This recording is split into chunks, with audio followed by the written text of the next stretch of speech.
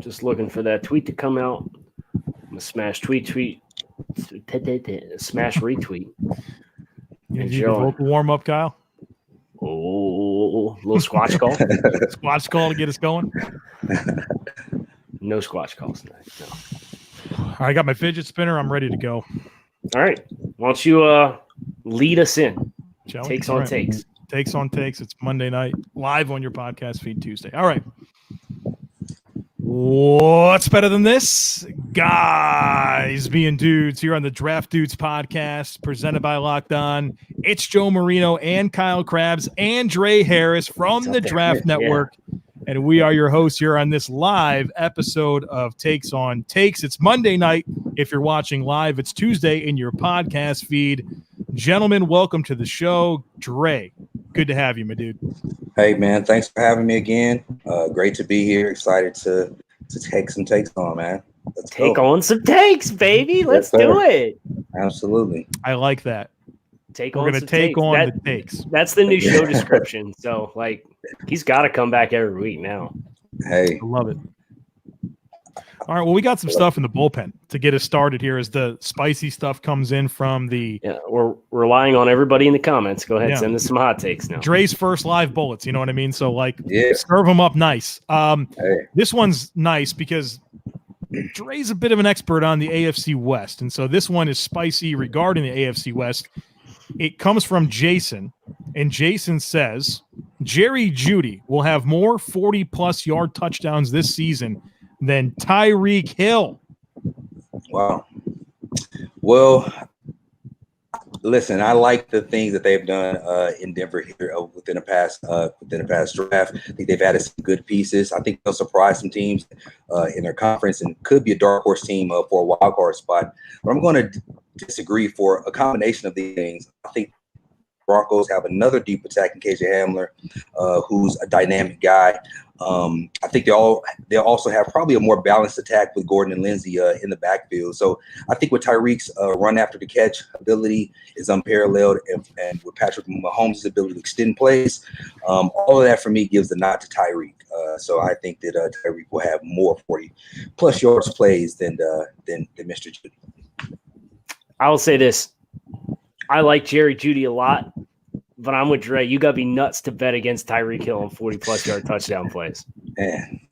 Yeah, he's historically good at that. I mean, not in year one. Not in year one. I think this is disrespectful to Tyreek Hill, and I love Jerry Jeudy, man. Pound the table, man. There it is. Yeah, man. Plus, Slabs.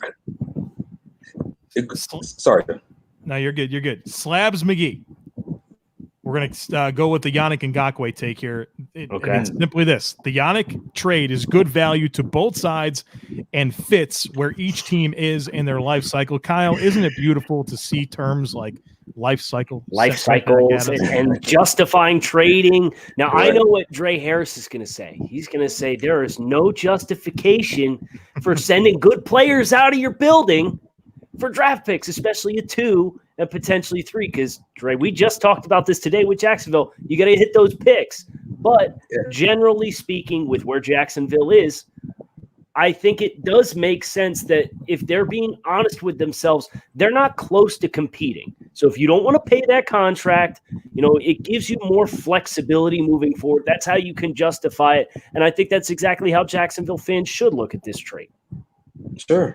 And I think I try to approach it from 3 different perspectives. I look at first, the player. A couple things come to mind. One, he willingly took a pay cut of nearly $6 million to get out of Jacksonville. He literally left the state of Florida for the state of Minnesota. So allow that to sink in for a few seconds.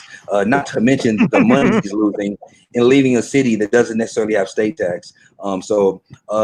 Furthermore, at the start of the training camp last year, I think Jacksonville offered him about $19 million per, and he turned that down and played last year for $2 million. That's at least $17 million you'll never get back. But then from Jacksonville's perspective, your 2017 defense had some dogs, man. Like, they went to the conference championship game.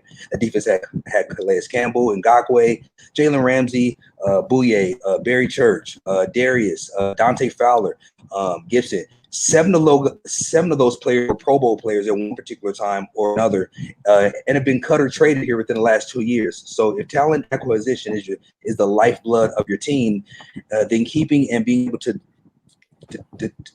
develop assets has got to be a critical part of the process. So, there's that side. And my question for the Vikings is, you're already up against the cap, and he's made it clear that he wants a new deal. You still have to pay guys like Harris and Dalvin Cook, and you can't renegotiate with Ngakoue until the spring. So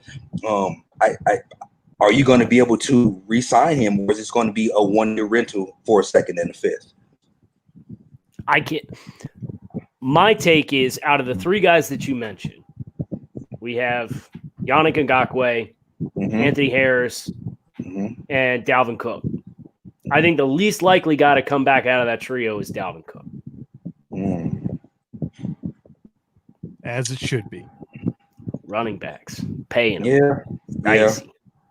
I would agree to some degree. I mean, but I think that it would be a tragedy if this was just a one-year rental for the Vikings. But I do think that gives them two, elite pass rushers, and gives them a formidable front, and see what they can do with that. So.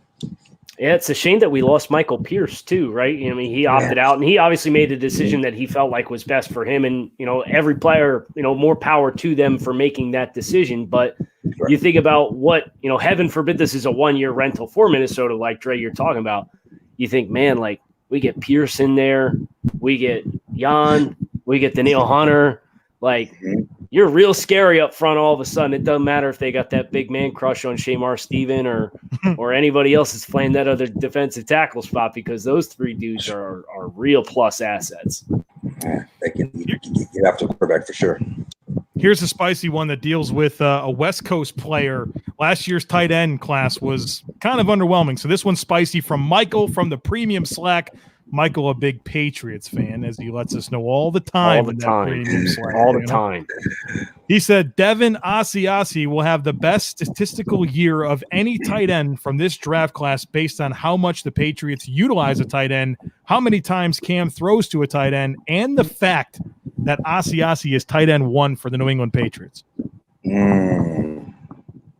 I'm going to have to agree. I think that especially when you think about the inconsistency that New England has at wide receiver, with Harry being hurt, and certainly there's some uncertainty at the quarterback spot in New England, and with Asiasi being tight end 1, that isn't necessarily far-fetched. I was actually inclined to say Troutman, but he may not start with Jared Cook being there with the Saints. And clearly Sean Payton has proven to be able to get their tight ends involved in the passing game, and they play well there. So I would have to agree it may be Asiasi, but it would not surprise me if Adam Troutman in New Orleans had the better career. Who are we forgetting here? We forgetting anybody here? Cole Kmet was tight end 1 off the board. Yeah, sure. I don't think he's primed for. I would generally say Michael's on the right track with New England's usage of tight ends. I think he's barking up the right tree here, even though his Patriots Homer-isms know no bounds in the Premium Slack. It's okay. We still love him. We still love Patriots. all those guys. They picked 2 of the first 4 tight ends off the board. So Kmet with the Bears is first, Asiasi, Josiah DeGuara went to the Packers, and then Keene to the Patriots, Troutman Saints, and then Harrison Bryant to the Browns. So this could happen here.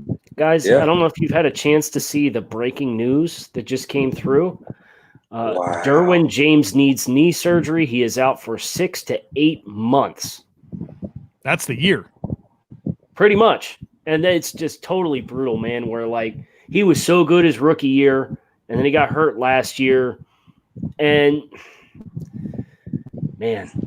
The torn ACL, the second was junior year, right? Or second to last year in college. Yeah. I know there was some medical stuff with him coming out of Florida State too. So, we're starting to hit rocky road here, and lower body injuries like this, it's not too promising. But hopefully, this isn't a continued trend beyond this year. But hard luck for the Chargers, the most snake bitten injury team in the NFL now.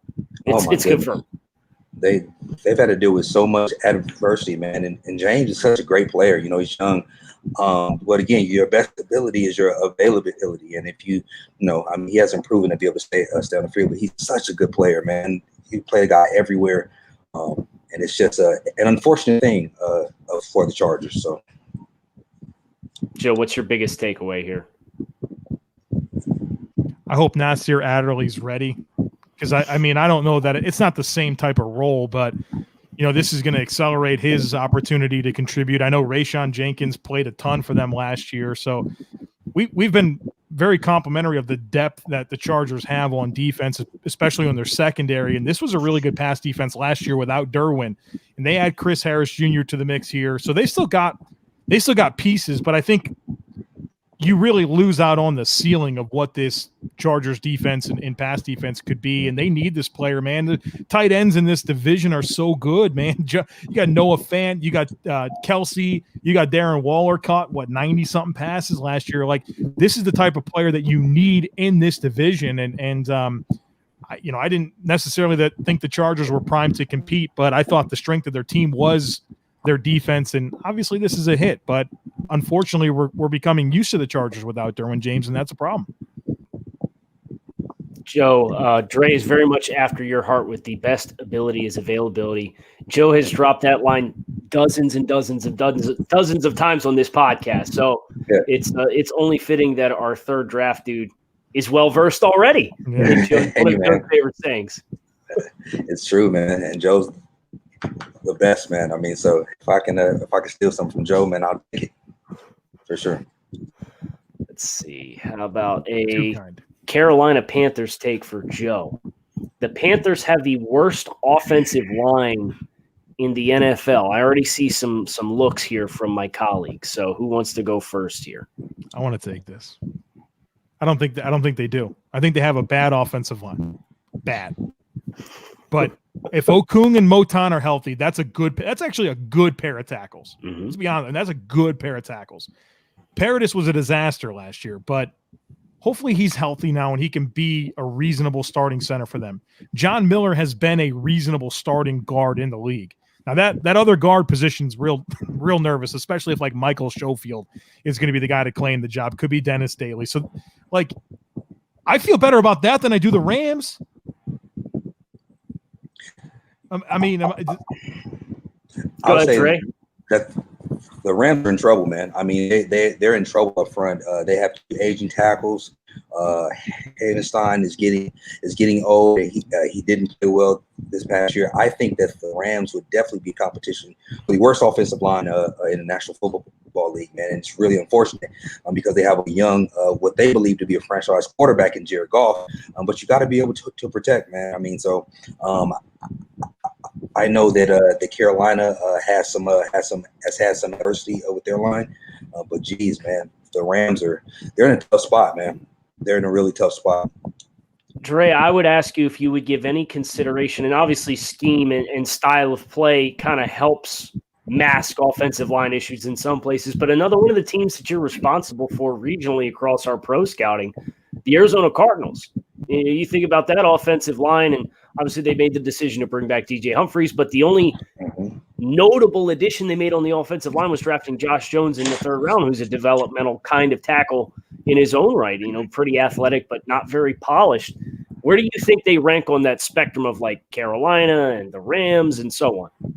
Well, I think that they have Marcus Gilbert, who decided to opt out at right tackle. They brought in Kelvin Beachum and Justin Miller to compete at the right tackle spot. But I think they're counting on continuity with DJ Humphries. They paid him to be a left tackle. He hasn't lived up to his first round play, but he showed some signs of improvement this past year, although I believe he was second in the league in penalties. So they have the same left tackle that is going to be back, and of course they have Cole and a few of the guys on the interior. But I think they're banking on continuity, man, and continuity of the entire unit. And sometimes an individual unit, if they play well collectively, sometimes greater than the sum of the individual parts. And so I think it would also help them, the offensive line play, if Kyler can not take as many sacks that he was responsible for this past year. So all of that, and with some continuity, I think they're banking on having a better offensive line, having more production from the offensive line than they had this past year. Hey, Kyle. Yes. Defend your Dolphins. The educator came in here and said that the Dolphins have the worst offensive line, and I want to hear what you have to say about that. They do not. Where does it rank, though? I want to know where you think this ranks. It's probably bottom 6, bottom 8. There's plenty of potential in this group. And I've talked about this quite a bit, looking at the Dolphins and how they've chosen to attack this offseason.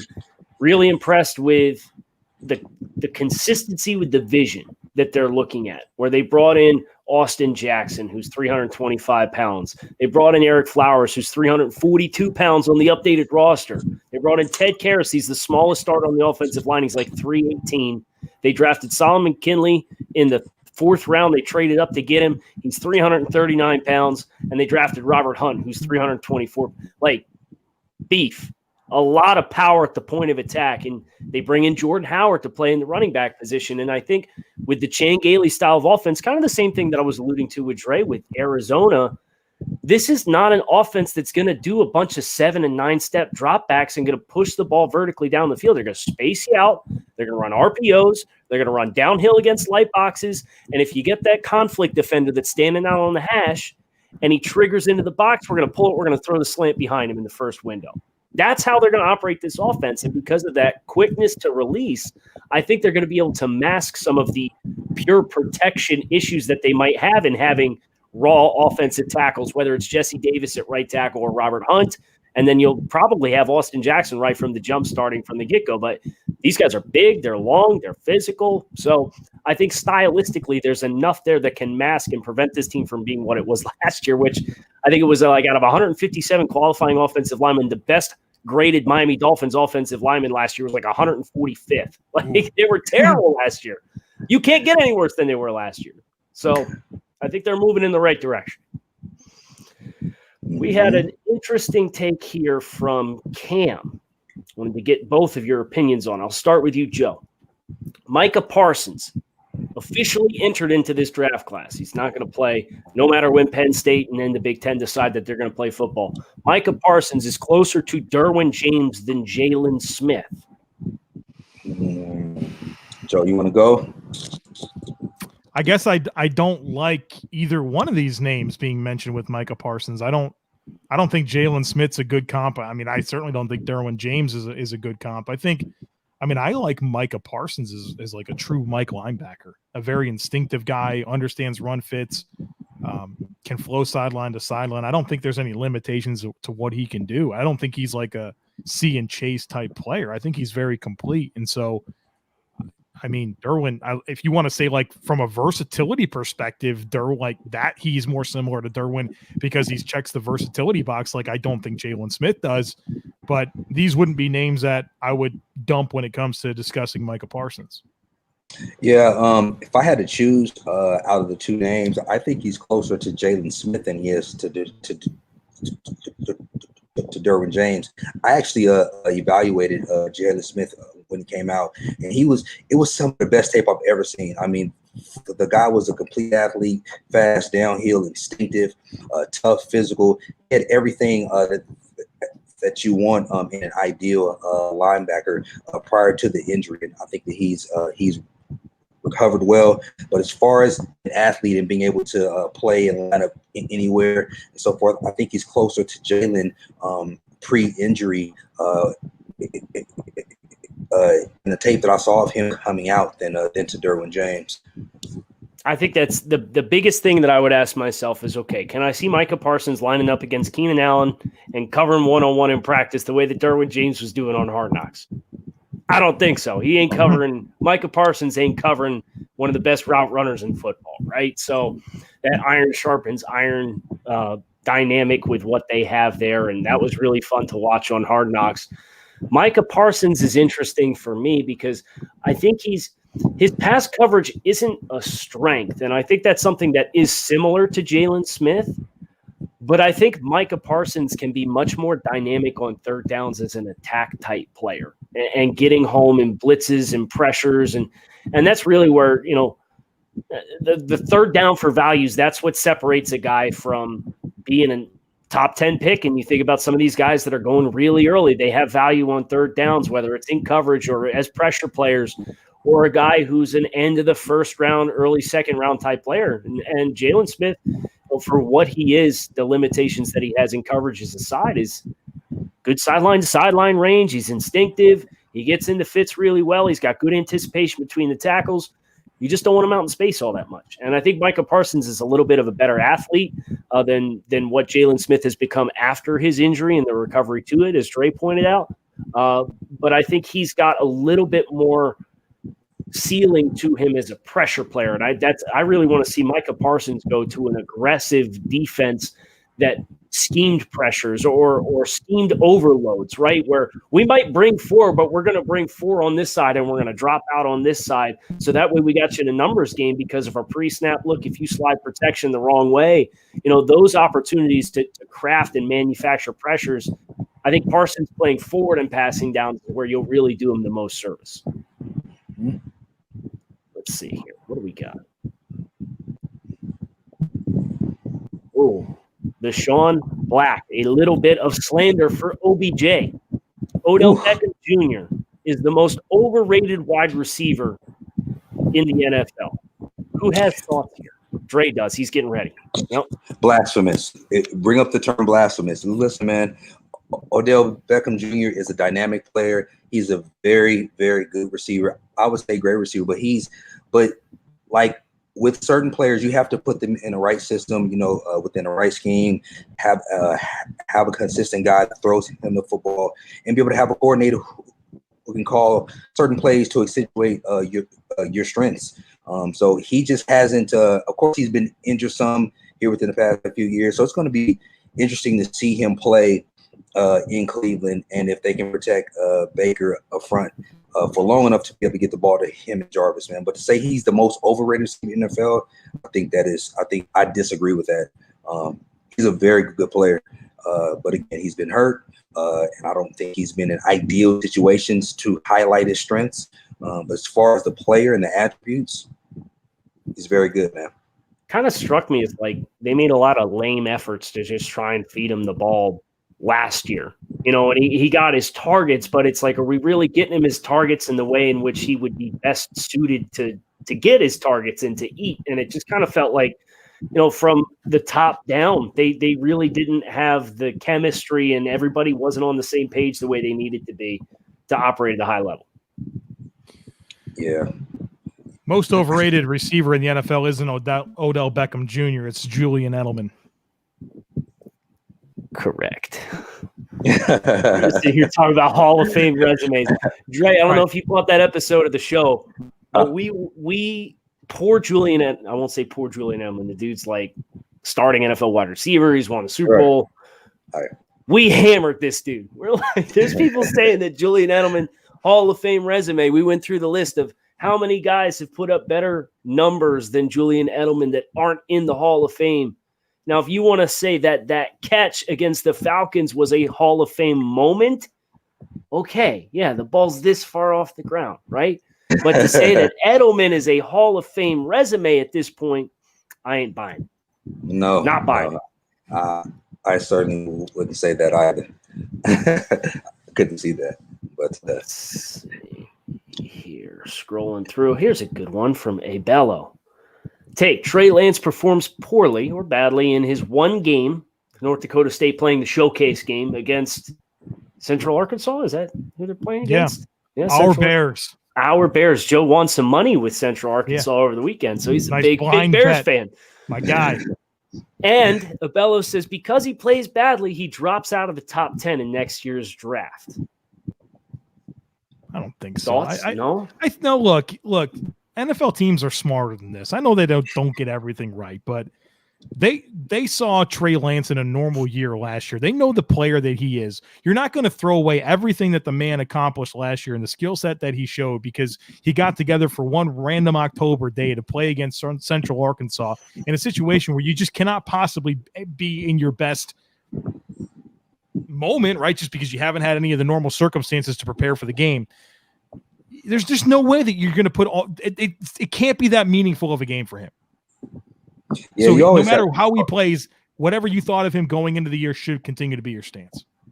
Yeah, I mean, like you should never be an instant scouter, man, or like someone who bases your sole opinion on one single game. I mean, it's always about the body of work, and certainly he has tape. He's performed well. I think that evaluators would certainly like to see him improve in certain areas, and this year would have been great for him to do that.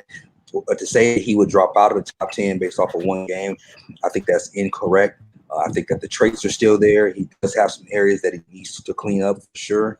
But I think that teams would bank on the fact that he is a young player. And just think about all of the factors that are incorporated into this game, a COVID year and all sorts of things. So, no, I don't think he drops out of top 10. Cooler heads prevailing here on Draft Dudes. I have one more take, guys. And then we have some announcements regarding the Rookie Bracket Challenge powered by Panini. We are advancing to the Sweet 16. The fan voting starts tomorrow. So we're going to announce the winners here at the end of the show. But first, from one of our European friends, Rahul, did a Madden franchise draft class with him over the weekend and some of our other TDM Premium Slack members. Rahul wants Dre to join and hold scouting Ask Me Anything sessions in the TDM Premium Slack. Dre, can we get a formal commitment from you one way or the other? I absolutely would. I mean, if the fans want it and Kyle and Paige say it's okay, let's rock. I'm down for it. Done. Absolutely. I have a take. Kyle Krabs said, "Ask Me Anything's over AMAs because he didn't believe Dre Harris knew what AMA stood for." No. Did you, Dre? Honestly, I didn't know what AMAs is. I won't even lie. I did not. I'm sitting there looking like, AMAs? What is that? Is it like Guy bailed you out and he knew it. Award? No, it's for the people at home that can't see the screen. You know, if I said just on the podcast, there's people that aren't watching this, they're going to be like, what? Yeah. So, okay. Let's announce some of these winners. I am going to pull up the bracket, and we're going to announce the winners from the round one matchups. As I said, the fan voting for this starts tomorrow at noon when we drop the bracket.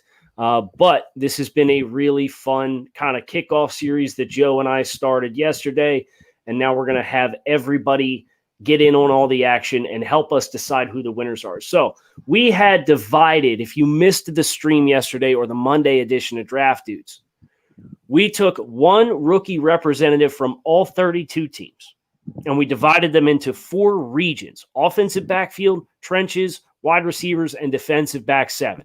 We seeded them. We are deciding who advances from the round of 32 to 16, and from the Sweet 16 onwards, it's all on the fans. You guys got to show up and vote for your teams.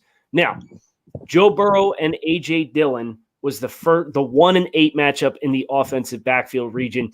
There's no upsets here. Joe Burrow is advancing to the Sweet 16. Justin Herbert, Cam Akers, the 4-5 matchup. Cam Akers probably going to have a bigger opportunity in year one. He gets the nod. He's going to pass because the entire objective of this is who are the most high-impact rookie breakouts of 2020, not long-term. Dre, you're going to be very happy to know that Clyde Edwards-Helaire, the 3 seed in this region, is advancing past Zach Moss, Joe's Buffalo Bills running back, and will face 2 seed Tua Tagovailoa in the Sweet 16. Tua is defeated the 7 seed Jonathan Taylor. Now, Joe and I both said yesterday that our pick to win the whole thing is Clyde.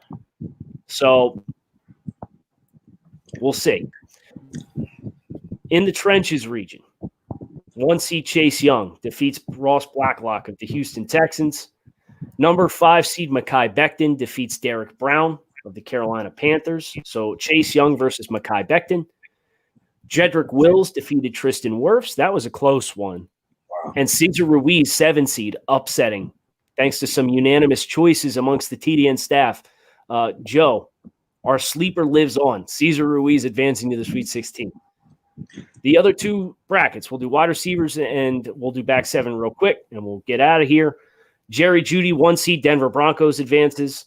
Henry Ruggs, wide receiver, Las Vegas Raiders advancing past Jalen Reagor. Justin Jefferson of the Minnesota Vikings advancing past Brandon Ayuk. And CeeDee Lamb advancing past Chase Claypool into the Sweet 16. Jeff Okudah, AJ Terrell, Patrick Queen, and Isaiah Simmons are our winners in the back 7 region. So those will be our Sweet 16 participants. And the bracket will be updated, and the polls will launch tomorrow, as I said, at noon. So make sure you guys swing over to the draftnetwork.com. You can find all the polls in the actual article, or you can find them on social media as well. So that's going to do it for us today. 30 minutes of takes on takes. What did Dre say at the top of the show? What'd you say? What are we doing? We're taking on takes. Taking on takes. We took on some takes here on this fine Monday evening, and we had a blast. So we hope you guys had a fun time either watching, those of you who watched along with us, those of you who are tuning in, listening to the podcast on Tuesday. Telling you, man, come on. Monday nights, 8 p.m. Come check us out. Have a good time. We have a good time. We always enjoy interacting with you guys. And Kyle Krabs signing off with Dre Harris and Joe Marino of the Draft Dudes podcast. Thank you guys for listening and watching, and we hope to see you again soon.